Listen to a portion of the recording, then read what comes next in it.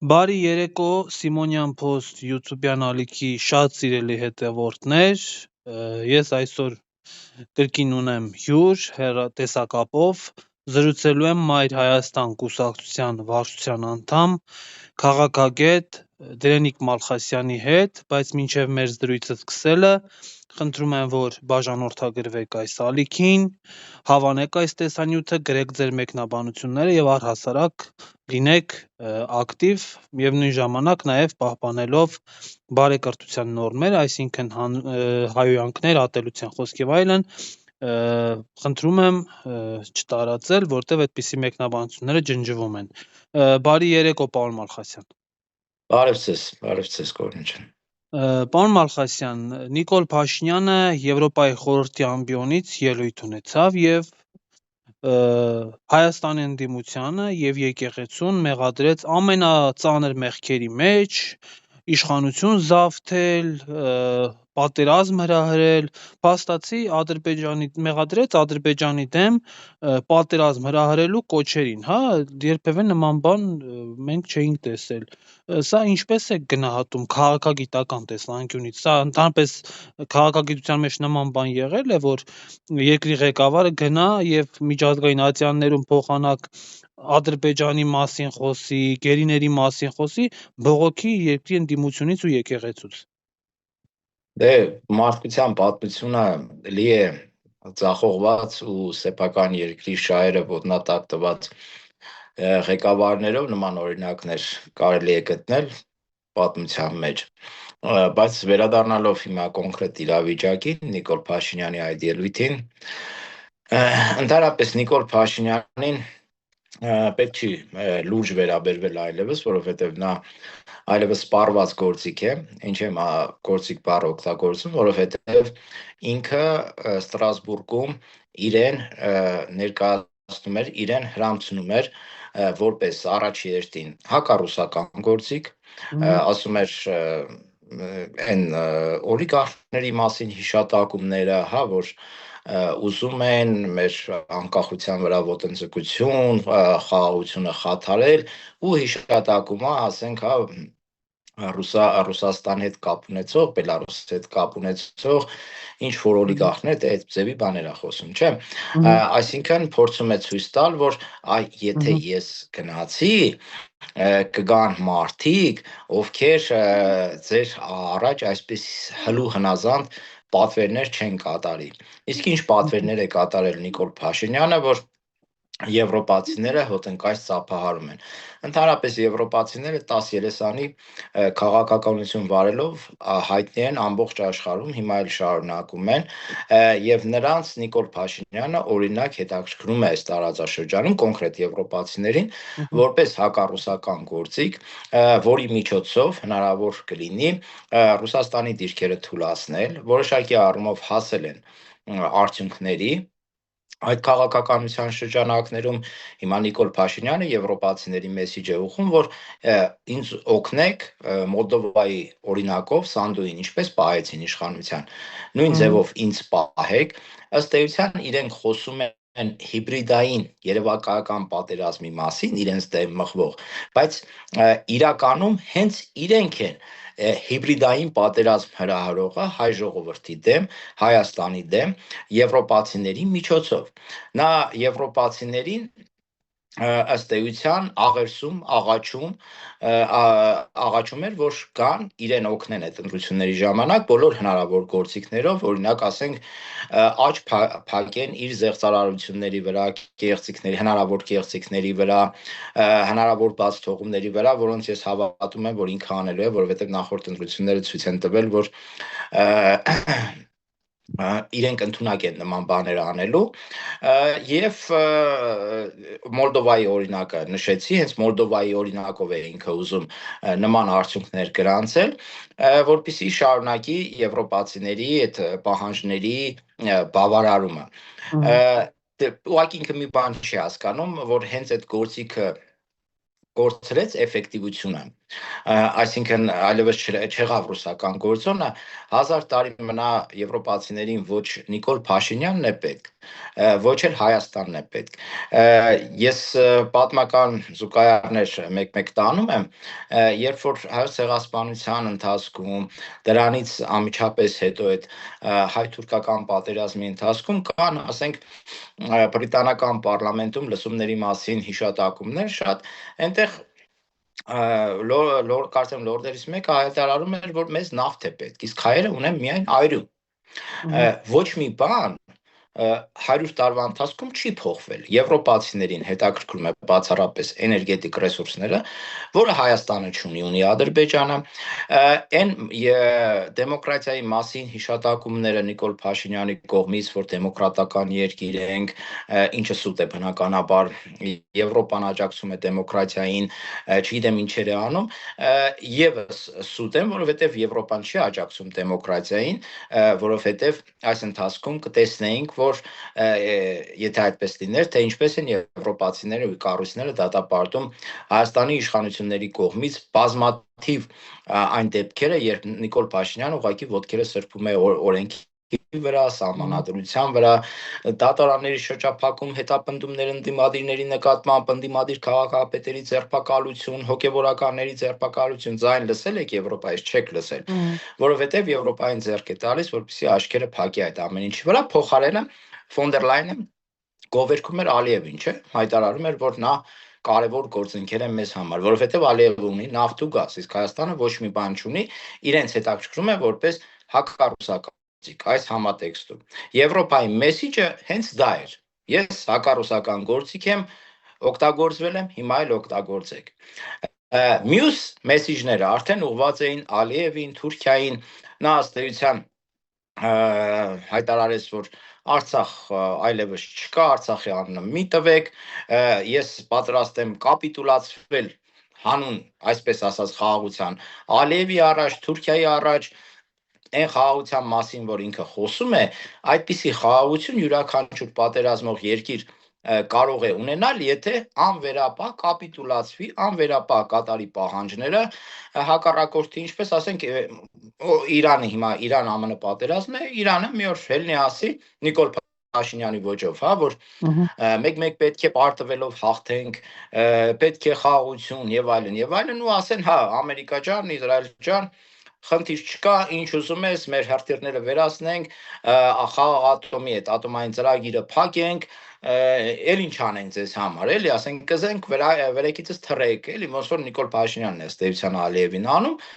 այդ դեպքում կլինի խաղաղություն, ով ասել, որ խաղաղություն չի լինի, բայց գիտեք, գերեզմաններում էլ է խաղաղություն, բայց դա արդյոք դա այն խաղաղությունն է, որ հայ ժողովուրդը ուզում է։ Կարծում եմ, այդպես չէ, խաղաղությունը պետք է լինի երաշխավորված, խաղաղությունը պետք է լինի բալանսների վրա հիմնված։ Եթե մի հատ անտրամաբանական, չգիտեմ ինչ բան օգտագործեմ, որակում օգտագործեմ, ասում է անվտանգության երաշխիքը խաղաղությունն է։ Այդպիսի աննորմալ մտքեր, օրինակ, կարող է անցնել միայն Նիկոլ Փաշինյանի մտքի գլխում, ինչի մասին է խոսքը, այսինքն խաղաղությունը ոնց կլինի անվտանգության երաշխավոր։ Ընդհանրապես անվտանգությունն է խաղաղության երաշխավորը, ընդհանրապես բալանսն է խաղաղության երաշխավորը, որովհետև երբ երկրների միջև բալանսը խախտվում է, ռազմական, տնտեսական, ինչը խախտվել է Ադրբեջանի ու Հայաստանի հետ հարաբերությունների պարագայում, դա միշտ հանգեցնում է պատերազմի։ Եթե այդ երկրները իրար հետ ինչ-որ բան ունեն կիսելու, ինչ-որ պահանջներ ունեն միմյանց նկատմամբ։ Իսկ Ալիևը ունի նման պահանջներ։ Ալիևը խոսում է Հարևմտյան Ադրբեջանի մասին, Ալիևը խոսում է Հայաստանի սահմանադրությունը փոխելու մասին, ինչին Նիկոլ Փաշինյանը համաձայնվել է եւ երեք եւս մեկ անգամ վերհաստատեց այդ հանձնառությունը, հայտարարելով, որ խաղաղության անկախության հռչակագրին հղում չի լինի, եթե ինքը մնա բանում իշխանության եւ սահմանադրական փոփոխություններ անի, ինքը հայոց ցեղասպանության թանգարանի ինստիտուտի տնօրենին ազատում է այն բանի համար, որ Արցախի հիմնախնդրին վերաբերող գիրք է նվեր տվել Վենսին, այսինքն ինքը հանձն է առել ջնջել Արցախը, Արցախի հիմնախնդիրը, ընդհանրապես ամեն ինչ ասոցացում է Արցախի հետ, որովհետև Ալիևը խնդիր է դրել իր առաջ, որ խաղաղության պայմաններից մեկը իմ կողմից թելադրված այդ ամեն ինչը ջնջելն է։ Երկրորդը ես կարծում եմ, որ լինելու է ցեղասպանությունը, ցեղասպանության մասին հիշատակողներին դուրս է շպրտելու պետական հիմնարկներից հայոց ցեղասպանության մասին հիշատակումները, գրքերը, հիշողությունները, մարդիկ ընդհանրապես, ովքեր հիշում են այդ ցեղասպանությունը, համարվելու են Թուրքիայի դեմ պատերազմ սադրողներ, դրա համար ասենք կարող են մարդկանց ռեալ բանտարկություն սպասվի, այսինքն Նիկոլ Փաշինյանի առաջարկած խաղաղությունը դա կապիտուլացված խաղաղությունն է, այդպիսի խաղաղություն կարող էր, ասենք, մանկապարտեզի երեխան անգամ կարողանալ գլուխ բերել, այսինքն դիմացինը պահանջում, ինչ պահանջում է, անում ես, ստանում ես իբր խաղաղություն, բայց սա խաղաղություն չի, սա հետաձգված պատերազմ է։ Նիկոլ Փաշինյանը ըստ էության խախտելով, կապիտուլացվելով, խախտելով բալանսը, կապիտուլացնելով, կատարելով Ադրբեջանի բոլոր պահանջները, սնում է մի հրեշի, որը օրերից մի օր էլ ավելի շատ պահանջելով Հայաստանից ագրեսիվ գործողությունների դիմելու է։ Այսինքն, եթե սահմանազատման մասին, չէ, իրենք շատ էին, հիմա են հպարտանում, Կիրանցը սահմանազատեցինք, բայց ժողովուրդը մոռանում է, որ այդ Կիրանցը սահմանազատելու ժամանակ, երբ իրենց քննադատում էր, իրենք ասում էին, ինչ եք խոսում, Կիրանցը հիմա սահմանազատեցինք, անցնելու ենք սահմանի մյուս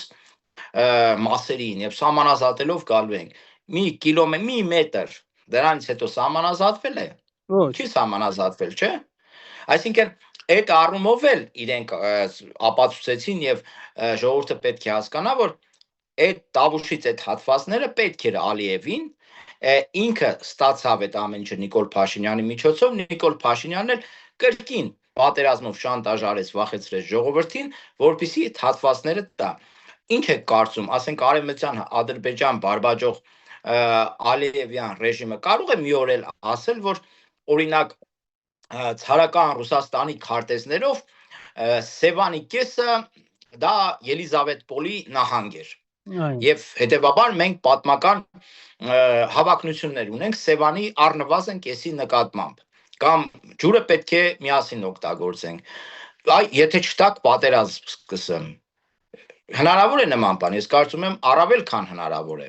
Առավել եւս որ իրենք շատ են խոսում։ Ինչ է ասելու Նիկոլ Փաշինյանը։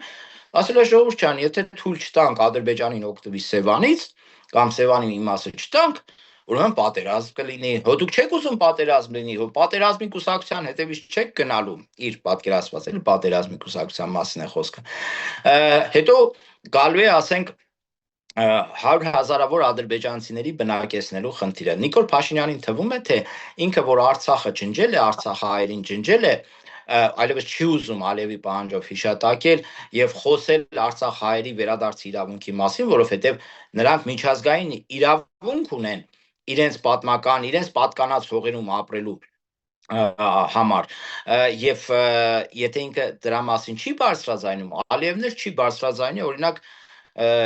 մի քանի 100,000 ադրբեջանցիներով Հայաստանը բնակեցնելու։ Միամտություն է, որովհետև Ալիևը մինչև հիմա ինչ ասել է, հետևողականորեն արել է եւ Նիկոլ Փաշինյանը բավարարել է։ Մի օր էլ կարող է ասել, որ ասենք 100,000 ադրբեջանցի ես պետք է բնակեցնեմ Ամասիայի տարածաշրջանում։ Ինչ ասելու Նիկոլ Փաշինյանը ասելու ժողովուրդ ջան, գնալու է ամասիացիների մոտ այդ գյուղերի բնակիչներին, որոնց մեծ մասը ջավախցի է նաեւ, ասելու է, այ եթե ձեր հողերը, ձեր տները չծախեք, չտակ եւ Վագիֆների ու Մահմեդների հետ հարևանություն չանեք շուտով, այ պատերազմ է լինելու։ Ժողովուրդ ջան, դուք չեք ուզում պատերազմ լինի։ Ասելու են, չէ, դե հիմա պատրաստվեք, ասենք մի 100,000 ադրբեջանցի այստեղ է բնակվելու։ Ու այդպես քայլ առ քայլ հասնելու են Հայաստանի պետության չգոյության։ Իսկ թե ինչ է նշանակում, ասենք 100,000-ավոր ադրբեջանցիների բնակեցում Հայաստանում, որոնք մի քանի տարի հետո կարող է դառնան էլ ավելի շատ 100,000-ներ, դա արդեն քաղաքական հսկական խնդիրներ է առաջացնելու, դա առաջացնելու է համայնքներում ադրբեջանցի համայնքապետերի, դա հանգեցնելու է Հայաստանի խորհրդարանում ադրբեջանական կուսակցության արկայության եւ կամած թուրքերը ընդհանրապես հերանեկարային խաղացողներ են ի տարբերություն Նիկոլ Փաշինյանի նման անհեռատես գործիչների եւ հետեւողականորեն իրենք իրականացնում են իրենց ռազմավարությունը։ Հիմա Նիկոլ Փաշինյանի պես գործիք են գել ձեռքերը, օգտագործում են միջև վերջ։ Բայց կարծում եմ, որ արդեն իրենք էլ են հասկացել, որ 99% հավանականությամբ հունիսի 7-ից հետո չի լինելու Նիկոլ Փաշինյան, հետեւաբար պետք է ստանալ մաքսիմումը մինչև հունիսի 7-ը։ Հիմնականը ելույթ հետ կապված սա էր։ Շատ են ասում, որ ինչ որ ուժեր հիմա այլ երկրներից, առերևույթ նկատի ունենալով Ռուսաստանի Դաշնությանը, Հայաստան են բերում ընտրողների։ Սա ձեր ասած մոլդովական սցենարի շրջանակներում է։ Ընդհանրապես իրենք դա խոսում են ելնելով մոլդովական սցենարից։ Իմիջիայլոց Մոլդովայում հնարավոր եղավ Իրանը իշխանության պահել Սանդուին, Եվրոպայում քվեարկության արդյունքների միջոցով։ Իրենք դա, գիտեք ինչ, ծաղկեցնում են ըստ էության, ես չեմ կարծում, որ ասենք մասսաբար այդպիսի հոսքեր են կազմակերպվելու։ Դուք պատկերացնում եք ինչքան մեծ դա ռեսուրս կազմակերպ ֆինանսականալ մի կողմ, կազմակերպչական բաներ է պահանջում, հմտություններ է պահանջում, ռեսուրսներ է պահանջում, երբ բերել ես տեղ, քանի օր պահել, ինչ անել, թեորապես ամեն ինչ հնարավոր է, ասենք հնարավոր է նաև լուսին թռնել,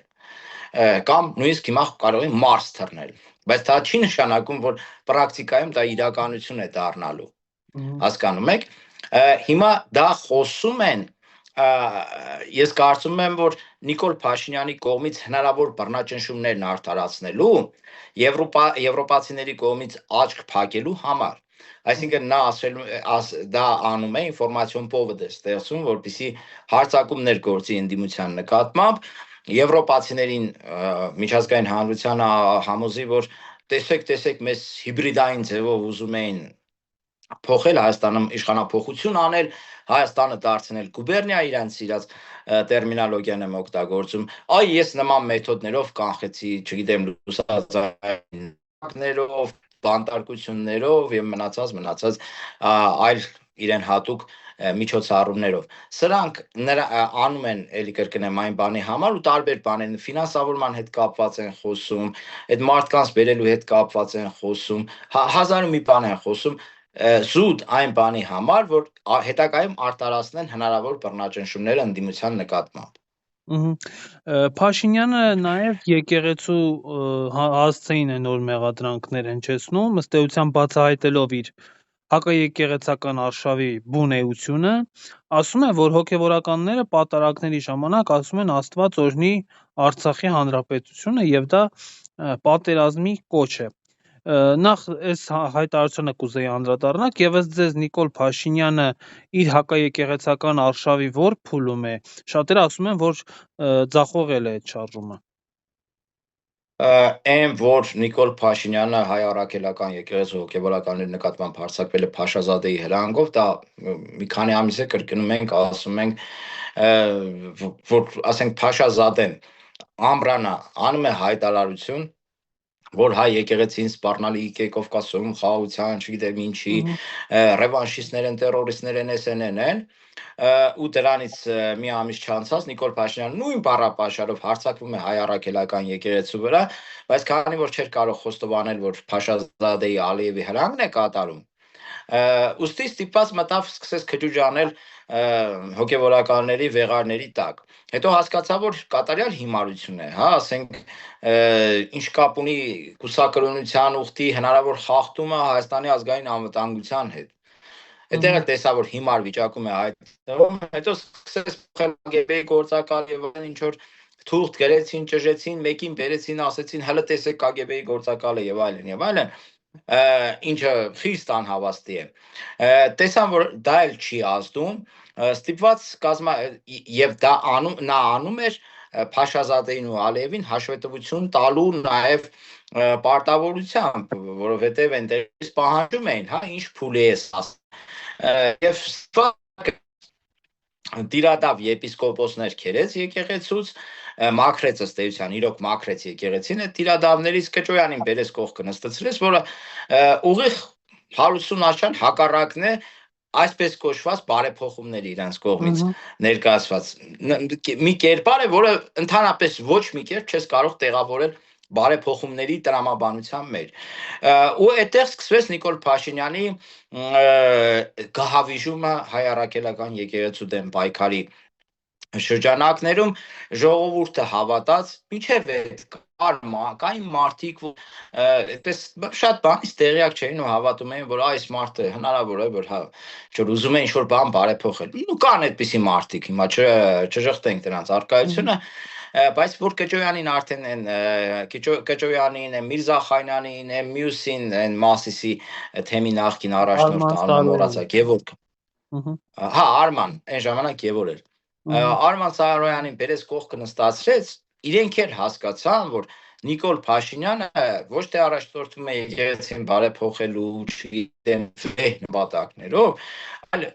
Փաշազադեի հրահանգով հարձակվել է հայ առաքելական եկեղեցու հոգևորականների վրա։ Ու սկսեցին հետ կանգնել, ինքն էլ հասկացավ, որ ժողովրդի կողմից որևէ աջակցություն չունի։ Հիշում եք, դրանից հետո սկսեց կոչեր անել, որ խմբեր ձևավորեք, մտեք պատարակները խանգարեք։ Հա, ոչ մի արձագանք չեղավ, եւ հետո սոցհարցումներ եղան, այդ սոցհարցումներով հստակ երևում էր, որ եկեղեցու դեմ պայքարը հասարակական ընկալման առումով տապալված է, ինքը կորցնում է, դրա արդյունքում հսկայական ընդրազանգված է կորցրել, դրա արդյունքում ուստի գլուխը կախ սկսեց հետ քաշվել, որպես ինքը ասել էր, չէ, ամեն կիրակի գնալու եմ միտեղ պատարակի, այդ կաթողիկոսին հեռացնելու, չգիտեմ, եկեղեցին իբր բարեփոխելու այդ նպատակով, շատ արագ դա վերափոխեց արդեն քարոզարշավի, կուկուռուզ ուտելու, խնձոր ուտելու, չէ, խնձոր են Ստրասբուրգում էր կերել, սուջուխ, էլ ինչ էին ուտում, դե վաղը մի խոսքով մոռաց։ Դիմացը շաբաթ կիրակի կա, էլի նոր բաներ կուտեն, ինձ թվում է։ Հա, քյաբաբան էլ է այդ տիպի, մի խոսքով, դա վերածեց արդեն ուտել շոուների կիրակի օրերը, հետ քաշվելով միջև ընտրություններ ես նշեմ, որովհետև իրենք հույս ունեն, որ սին հույսեր են իմիջայլոց ասեմ, որ ընտրվելուց հետո նոր արդեն կլուծեն հայ առաքելական եկեղեցու հարցերը։ Հիմնականը այս տրամաբանության մեջ էր եւ Եվրոպայում այդ բառը չեմ ուզում օգտագործել, մի խոսքով այդ նվնվոցները հայ առաքելական եկեղեցու հոգևորականների նկատմամբ, նրանց մեղադրելը, չգիտեմ, ինչ պատերազմի կուսակցություն լինելու, չգիտեմ, ինչին աջակցելու մեջ, զուտ անում էր այն բանի համար, որպեսզի արդարացնի, ասենք, սրբազանների բանտարկությունները, ԱԾ-ի կողմից պատարագի տեքստեր խմբագրելը, բանը քահանաներ վերբով կանելու փորձելը, զուտ այդ բանի համար էր ինքը անում, որ տեսեք եվրոպացիներ, ես ձեր գործիք այսքան բան անում են ու կապում էր նաև Ռուսաստանի հետ, հա, հայ հոգևորականներին, KGB բան հիշատակումը պատահական չի։ Այ ձեր գործիքը